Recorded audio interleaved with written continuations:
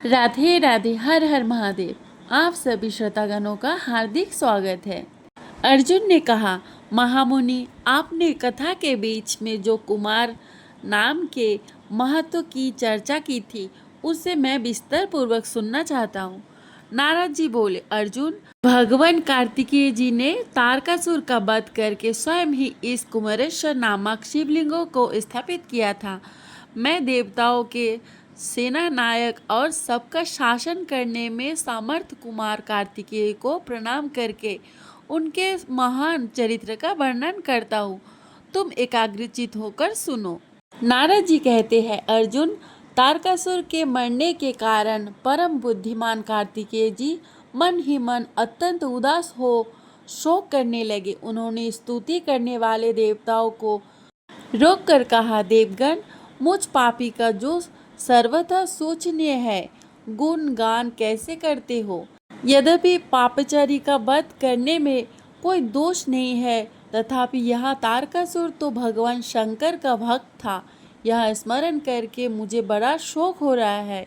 इसलिए मैं कोई प्रायश्चित सुनना चाहता हूँ, क्योंकि प्रायश्चित करने से बहुत बड़ा पाप भी नष्ट हो जाता है। भगवान शंकर के बुद्धिमान पुत्र कार्तिकेय जी जब इस प्रकार शोक कर रहे थे, उस समय भगवान विष्णु देवताओं के बीच ये बोले, महेश नंदन, यदि स्तुति, स्मृति, इतिहास और पुराण को प्रणाम माना जाए तो दुष्ट के वध में कोई दोष नहीं है। जो निर्दय मनुष्य दूसरे के प्राणों से अपने प्राणों का पोषण करता है, उसका वध कर डालना ही उसके लिए कल्याणकारी है, क्योंकि अपने दोषपूर्ण आचरण से वह मनुष्य नरक को ही जाता है। रक्षा के कार्य में लगे हुए सामर्थ पुरुष द्वारा यदि पापाचारियों का वध न किया जाए तो ये असमर्थ मनुष्य किसकी शरण में जाए तथा संपूर्ण विश्व को धारण करने वाले धर्म स्वरूप वेद और यज्ञ कैसे होंगे। इसलिए तुमने तारकासुर का वध करके पुण्य ही किया, तुम्हें पाप तो किसी प्रकार भी नहीं लगेगा। इतने पर भी भगवान शंकर के भक्तों के प्रति यदि तुम्हारा बहुत अधिक आदर है तो इसके लिए मैं बहुत उत्तम उपाय बताऊंगा, जिससे जन्म भर के पापों से छुटकारा मिल जाता है तथा एक कल्प तक रुद्र लोक में दिव्य शरीर धारण करके वहाँ मनुष्य परमानंद का उपभोग करता है। पाप करने पर जिसे बहुत अधिक पश्चाताप होता है, उसके लिए भगवान शंकर के आराधन से बढ़कर दूसरा कोई उपाय नहीं है, जिनकी महिमा का वर्णन करने में ब्रह्मा जी समर्थ नहीं है तथा जिनके विषय में कुछ कहने में श्रुति भी भयभीत होती है। उन भगवान महेश्वर से बढ़कर दूसरी कौन सा वस्तु हो सकती है। त्रिलोक में भगवान शंकर के सिवा दूसरा कौन ऐसा देवता है जिसका पृथ्वी ही रथ है, ब्रह्मा जी सारथी है, मैं बाण हूँ, मंद्राचल धनुष है तथा चंद्रमा और सूर्य रथ के पहिए। कोई कोई योग मार्ग से भगवान शंकर की आराधना बताते हैं, परंतु सदा शून्य की उपासना करने वाले उन योगियों का मार्ग सर्वधारण के लिए दुख संदेह है। इसलिए जो भी भोग और मुक्ति दोनों चाहता है उसे उनके लिंगमय स्वरूप की ही आराधना करनी चाहिए। सृष्टि के आदि में मेरे और ब्रह्मा जी के विवादों में भगवान शिव लिंग रूप में प्रकट हुए थे। उस लिंगमय स्वरूप में संपूर्ण चराचर जगत लीन होता है, इसलिए वेद में उसे लिंग कहा गया है।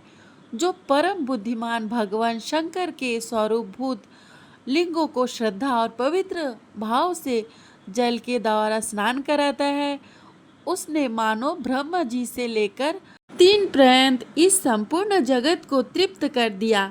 मिट्टी का, काठ का, ईंटों का अथवा पत्थरों का मंदिर बनाकर जो भगवान शिव को अर्पित करता है उसे क्रमशः 100 गुना पुण्यफल प्राप्त होता है।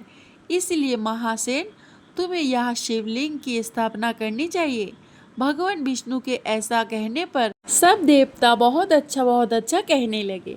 तत्पश्चात महादेव जी ने कार्तिकेय को छाती से लगाकर कहा, वत्स, तुम मेरे भक्तों पर जो इतनी कृपा रखते हो उससे तुम्हारे ऊपर मेरा प्रेम बहुत बढ़ गया है।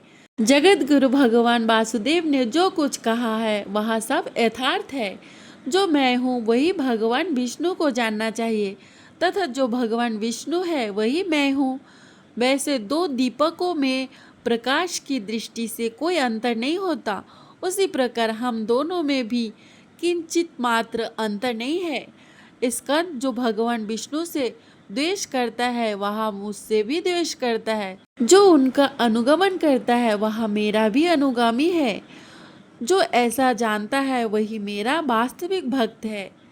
कुमार बोले, पिताश्री आपका कहना सत्य है। मैं आपको और भगवान विष्णु को एक ही समझता हूँ।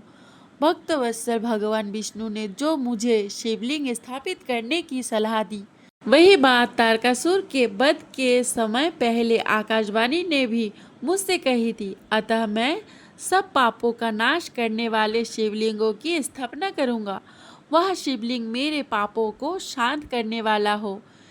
ये कहकर अग्निनंदन स्कंद ने विश्वकर्मा को बुलाया और उन्हें आदेश दिया कि तुम शीघ्र ही 3 विशुद्ध शिवलिंग तैयार करो। कार्तिकेय की आज्ञा के अनुसार विश्वकर्मा ने 3 विशुद्ध शिवलिंग तैयार किए और उन्हें उनको समर्पित कर दिया। तदंतर भगवान विष्णु, शिव तथा ब्रह्मा आदि देवताओं के साथ स्कंद ने पहले पश्चिम दिशा में थोड़ी ही दूर पर प्रतिगेश्वर नामक परम सुंदर शिवलिंग की स्थापना की। तब भगवान महेश्वर ने कुमार की प्रसन्नता के लिए वहां स्वयं ही यहाँ वरदान दिया, जो इस स्थान पर कार्तिकेय और चैत्र मास में अष्टमी में स्नान, उपवास, पूजा और जागरण करके निवास करेगा, वह मृत्यु को भी लांघ जाएगा। इसके बाद वहां से अग्निकोण में जहाँ दैत्यों के कपाल से शक्ति निकलती थी, वहाँ कार्तिकेय ने द्वितीय शिवलिंगों की स्थापित किया। सब पापों का नाश करने वाला वह कल्याणकारी शिवलिंग कपालेश्वर के नाम से प्रसिद्ध हुआ। कपालेश्वर के समीप ही उस शक्ति का भी सत्वन करके कुमार ने उसकी स्थापना की, जो कपालिकेश्वरी देवी के नाम से प्रसिद्ध हुई। वहां से उत्तर दिशा में एक तीर्थ है जिसे शक्ति सिद्र कहते हैं।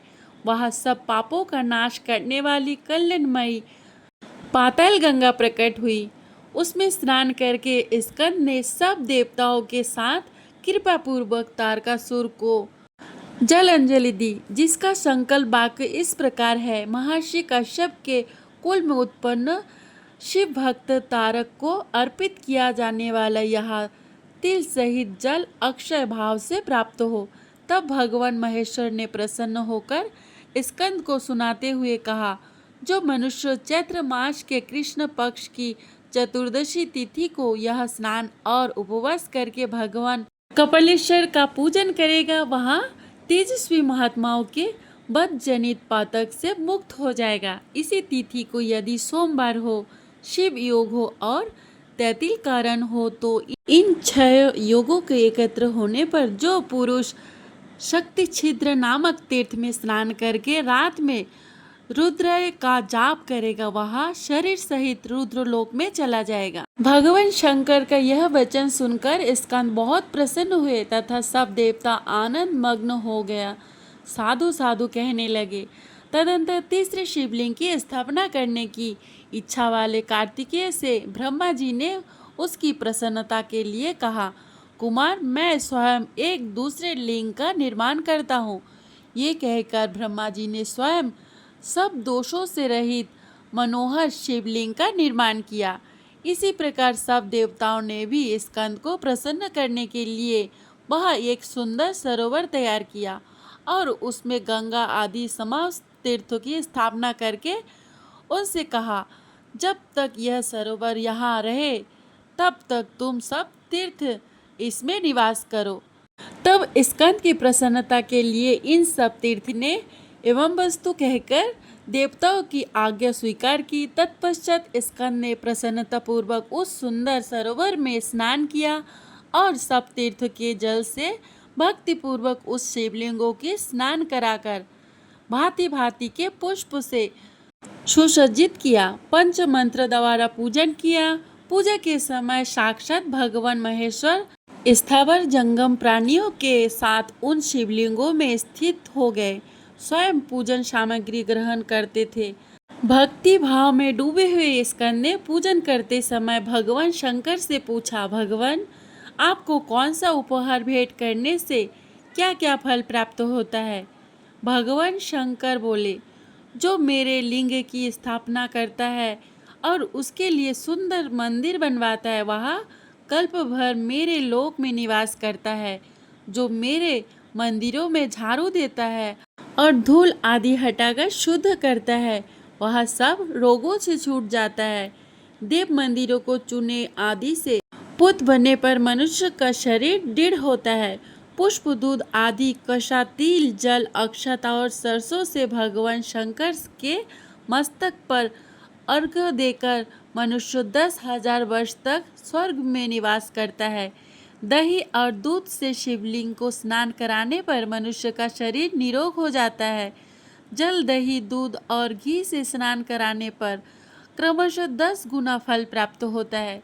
उपयुक्त वस्तुओं से मुझे स्नान कराकर भक्ति पूर्वक गोधूम चूर्ण आदि के द्वारा उपटन लगावे, फिर कपिला गाय के पंचगव्य और गंगा के जल से मुझे स्नान करावे और विधि पूर्वक मेरा पूजन करे।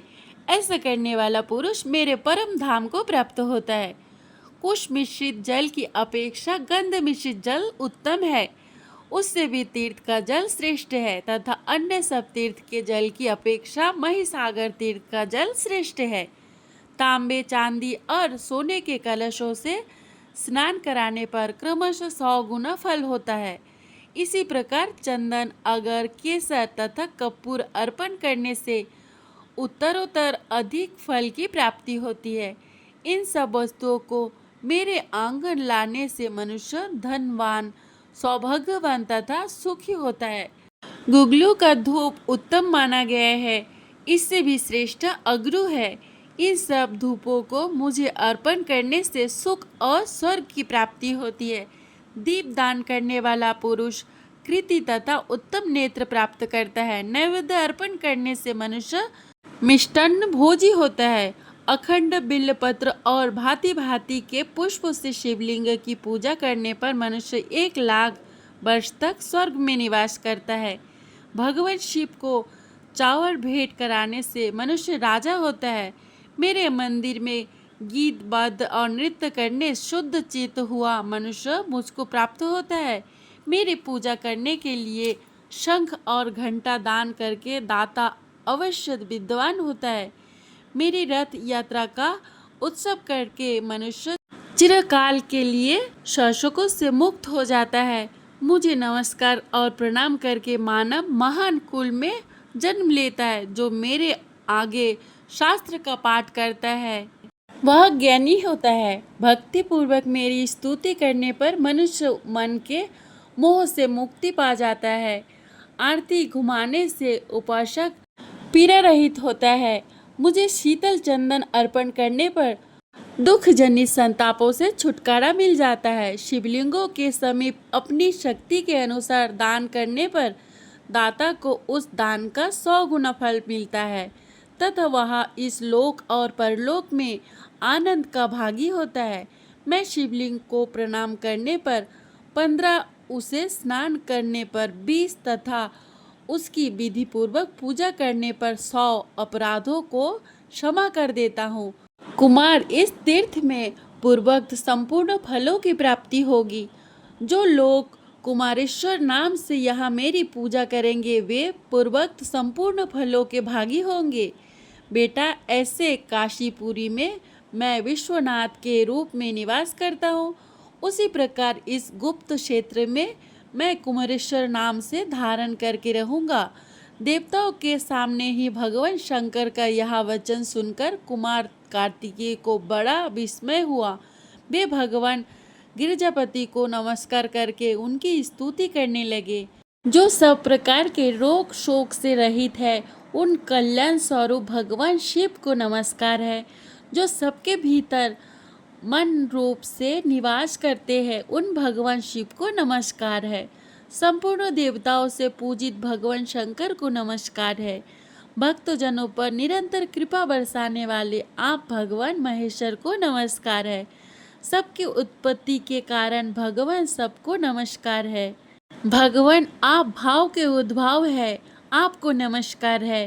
कामदेव का विध्वंस करने वाले आपको नमस्कार है। आप दृढ़ भाव से महान व्रत का पालन करने वाले हैं, आपको नमस्कार है।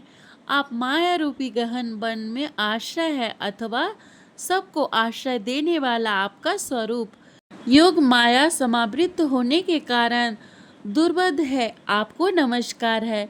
प्रलय काल में जगत का संहार करने वाले सर्वनामधारी आपको नमस्कार है। शिव रूप आपको नमस्कार है। आप पुरातन सिद्ध रूप है, आपको नमस्कार है। काल रूप आपको नमस्कार है। आप सबकी कल्पना करने वाले होने के कारण काल नाम से प्रसिद्ध है, आपको नमस्कार है। आप काल का अतिक्रमण करने उससे बहुत दूर रहते हैं, आपको नमस्कार है। आप स्वाभाविक ऐश्वर्य से संपूर्ण है, आपको नमस्कार है। आप अप्रमेय महिमा वाले वृषभ तथा महासिद्धि से संपन्न है, आपको नमस्कार है। आप सबको शरण देने वाले हैं, आपको नमस्कार है। आप ही निर्गुण ब्रह्म है, आपको नमस्कार है। आपके अनुगामी सेवक भयानक गुण संपन्न है, आपको नमस्कार है। नाना भुवनों पर अधिकार रखने वाले आपको नमस्कार है। भक्तों को मनवांछित फल प्रदान करने वाले आपको नमस्कार है। भगवान आप ही कर्मों का फल देने वाले हैं, आपको नमस्कार है। आप ही सबका धारण पोषण करने वाले दाता तथा उत्तम करता है, आपको सर्वदा नमस्कार है। आपके अनंत रूप है, आपका कोप सबके लिए असह्य है, आपको सदैव नमस्कार है। आपके स्वरूप का कोई माप नहीं हो सकता, आपको नमस्कार है। विषभंद्रे को अपना वाहन बनाने वाले आप भगवान महेश्वर को नमस्कार है। प्रिय श्रोतागण, आगे की कथा आप अगले अध्याय में श्रवण करेंगे। राधे राधे।